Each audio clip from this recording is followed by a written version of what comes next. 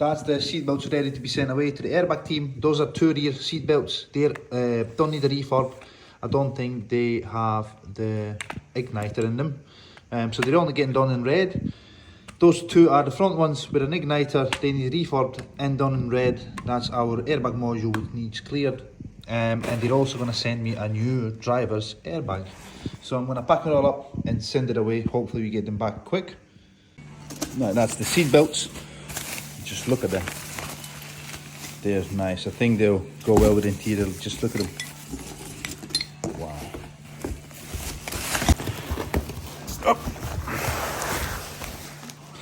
That's our steering wheel airbag right here. Let's open it up. Yep, there we go.